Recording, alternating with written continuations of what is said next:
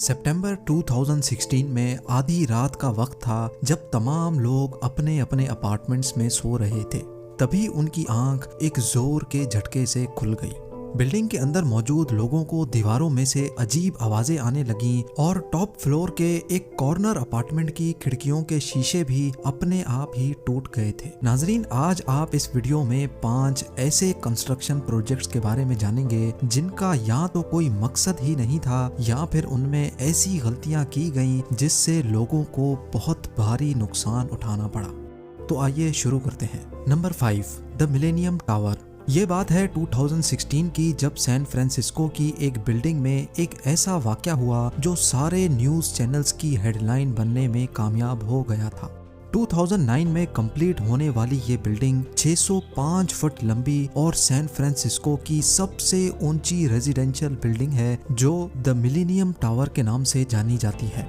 वैसे तो इस बिल्डिंग की कंस्ट्रक्शन बहुत ही आसानी से हो गई थी, लेकिन इसको बनाने वाली कंस्ट्रक्शन फर्म को क्या पता था कि आने वाले सालों में वो किस मुसीबत में फंसने जा रहे हैं। सितंबर 2016 में आधी रात का वक्त था जब तमाम लोग अपने अपने अपार्टमेंट्स में सो रहे थे। तभी उनकी आंख एक जोर के झटके से खुली। बिल्डिंग के अंदर मौजूद लोगों को दीवारों में से अजीब आवाजें आने लगी और टॉप फ्लोर के एक कॉर्नर अपार्टमेंट की खिड़कियों के शीशे भी अपने आप ही टूट गए थे।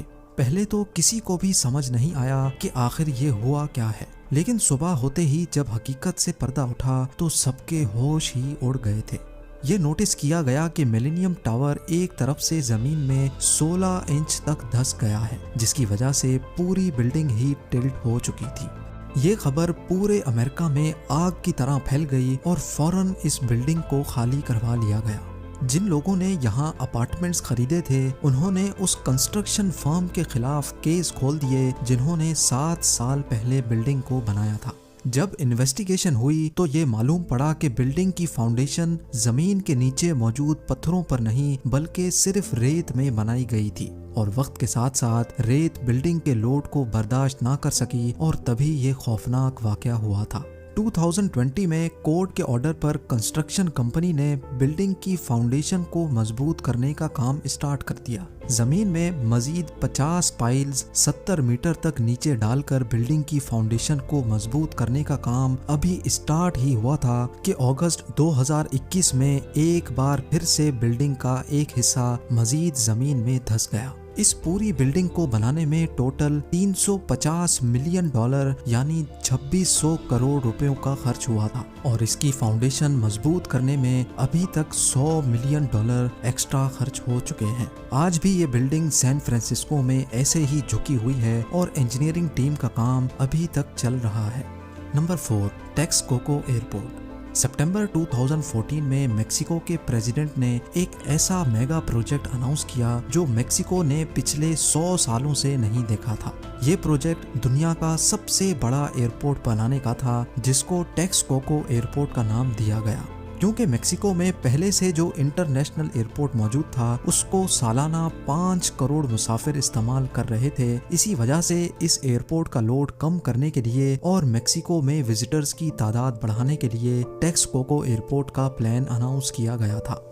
ये एयरपोर्ट इतना बड़ा था कि इसका पहला फेज 2020 में लॉन्च होना था और इसका आखिरी फेज 2065 में कंप्लीट होना था। यानी जब 2065 में ये एयरपोर्ट पूरी तरह से कंप्लीट होता तो इसमें 6 रनवेज होते और ये सालाना 12.5 करोड़ मुसाफिरों को आसानी से हैंडल करने की काबिलियत रखता। इस पूरे प्रोजेक्ट में $13 बिलियन यानी 95,000 करोड़ रुपयों का खर्च होना था।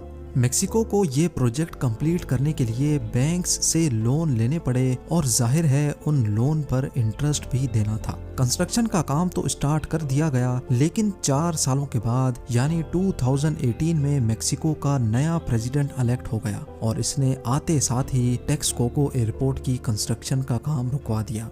प्रेसिडेंट का कहना था कि इस एयरपोर्ट में बहुत ज्यादा करप्शन हुई है, जबकि मेक्सिको को इतने बड़े एयरपोर्ट की जरूरत भी नहीं है। ना सिर्फ इतना बल्कि ये भी नोटिस किया गया कि जिस जगह पर टेक्साको एयरपोर्ट बनाया जा रहा था वो जमीन भी अनस्टेबल है और आहिस्ता आहिस्ता उसमें जमीन का पानी बढ़ता जा रहा है। जिस वक्त एयरपोर्ट की कंस्ट्रक्शन का काम रोका गया तब ये 30% कंप्लीट हो चुका था और नए प्रेसिडेंट के इस फैसले से मेक्सिको को $16 बिलियन यानी 1,20,000 करोड़ रुपयों का नुकसान उठाना पड़ा। आज भी टेक्सकोको एयरपोर्ट की ये अधूरी साइट ऐसे ही बेकार पड़ी हुई है। Number 3, Tacoma Narrows suspension bridge. America के शहर टेकोमा से किट्सैप पेनिनसुला तक जाने के लिए 1940 में 5,400 फुट लंबा ये ब्रिज बनाया गया था। इस किस्म के ब्रिज नॉर्मली स्टील वायर्स की सपोर्ट से लटक रहे होते हैं, इसी वजह से इनको सस्पेंशन ब्रिज कहा जाता है। ये ब्रिज, जिसको टेकोमा नैरोज सस्पेंशन ब्रिज का नाम दिया गया था, ये दुनिया का तीसरा लंबा तरीन ब्रिज था। जब इसकी कंस्ट्रक्शन हो रही थी तो वर्कर्स ने नोटिस किया कि तेज हवाओं के दौरान ब्रिज ऊपर नीचे हो रहा है, जो कि एक इंतहाई खौफनाक अलामत थी। इंजीनियर्स ने इसकी मूवमेंट रोकने के लिए इसमें कई चेंजेस की, जिसमें ब्रिज पर हाइड्रोलिक बफर्स को भी इंस्टॉल किया गया। 1 जुलाई 1940 को ये ब्रिज ऑफिशियली पब्लिक के लिए खोल दिया गया, लेकिन लोग इस ब्रिज को इस्तेमाल करने से घबराते थे क्योंकि तेज हवाओं में ये ब्रिज अभी भी झूलता रहता था। लॉन्च के 4 ही महीनों के बाद एक दिन तेज हवा में ये ब्रिज इंतहाई खौफनाक अंदाज में झूलने लगा और आखिरकार वही हुआ जिसका सबको डर था। ब्रिज टूटकर पानी में जा गिरा, लेकिन इस हादसे में कोई जानी नुकसान नहीं हुआ। इस हादसे के 10 सालों के बाद इसी जगह पर यह ब्रिज दोबारा बनाया गया, लेकिन इस बार उन गलतियों को नहीं दोहराया गया जो पिछली बार की गई थी। 1950 में टेकोमा नैरोज सस्पेंशन ब्रिज का नया वर्जन लॉन्च कर दिया गया, जो आज तक बिल्कुल स्टेबल खड़ा हुआ है। इस नए ब्रिज को बनाने में $790 मिलियन यानी तकरीबन 6,000 करोड़ रुपए दोबारा से खर्च किए गए। Number 2, Liang star city. China के शहर कुनमिंग में 19 बिल्डिंग्स की एक ऐसी सोसाइटी बनाने का प्लान किया गया जिसमें अपार्टमेंट्स और ऑफिसेज शामिल थे। इस सोसाइटी को लियांग स्टार सिटी का नाम दिया गया। 19 टावर्स के स्ट्रक्चर तो खड़े हो गए, लेकिन अब कंपनी के पास इन बिल्डिंग्स को अंदर से कंप्लीट करने के पैसे नहीं बचे थे, लिहाजा सिर्फ 4 टावर्स को ही अंदर से बनाया गया और बकाया 15 टावर्स कई सालों तक ऐसे ही पड़े रहे। 9 सालों के बाद ये मालूम पड़ा कि बारिश का पानी इन 15 टावर्स की बेसमेंट में जमा हो चुका है और उसने इन बिल्डिंग्स की फाउंडेशन को इतना नुकसान पहुंचा दिया है कि ना तो अब ये रिपेयर हो सकती हैं और ना ही इनको ऐसे ही छोड़ा जा सकता है। लिहाजा करोड़ों रुपए खर्च करके बनाए जाने वाले इन 15 टावर्स को गिराने का प्लान किया गया। 2021 में 4 टन एक्सप्लोसिव का इस्तेमाल करके इन बिल्डिंग्स को एक ही झटके में गिरा दिया गया। सालों की मेहनत लगाकर जिन टावर्स को बनाया गया था, सिर्फ 45 सेकंड में ही वो मिट्टी का ढेर बन गए। और अब नंबर 1, ओरोविल स्पिलवे। कैलिफोर्निया में मौजूद ओरोविल डैम तकरीबन 50 साल पहले बनाया गया था। हर डैम की तरह ये डैम भी इलेक्ट्रिसिटी बनाने, पानी को जखीरा करने और फ्लड कंट्रोल के लिए बनाया गया था। क्योंकि ये डैम काफी पुराना था और इसको सही से मेंटेन भी नहीं किया जा रहा था, इसी वजह से ये डैम फ्लड यानी सैलाब की इमरजेंसी सूरत को हैंडल करने के काबिल नहीं था।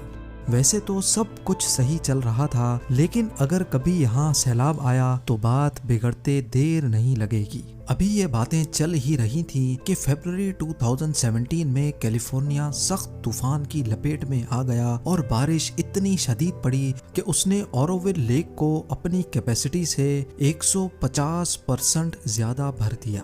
लेक से पानी का लेवल कम करने का एक ही तरीका था और वो ये था कि ओरोविल लेक का स्पिलवे खोल दिया जाए। ऐसा करने से डैम का पानी फ्लो करके रिवर में जा गिरेगा। डैम का स्पिलवे तो खोल दिया गया, लेकिन थोड़ी देर के बाद ही वही हुआ जिसका डर लगा हुआ था। स्पिलवे का कंक्रीट गल चुका था, जो पानी का इतना प्रेशर बर्दाश्त ना कर सका और टूट गया।